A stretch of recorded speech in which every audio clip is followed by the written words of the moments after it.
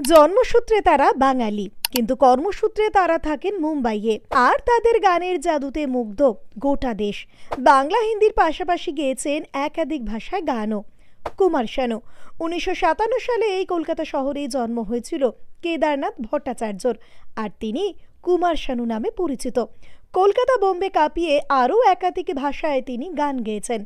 অভিজিৎ ভট্টাচার্য কানপুরে জন্ম হলেও তিনি কিন্তু একজন বঙ্গ সন্তান।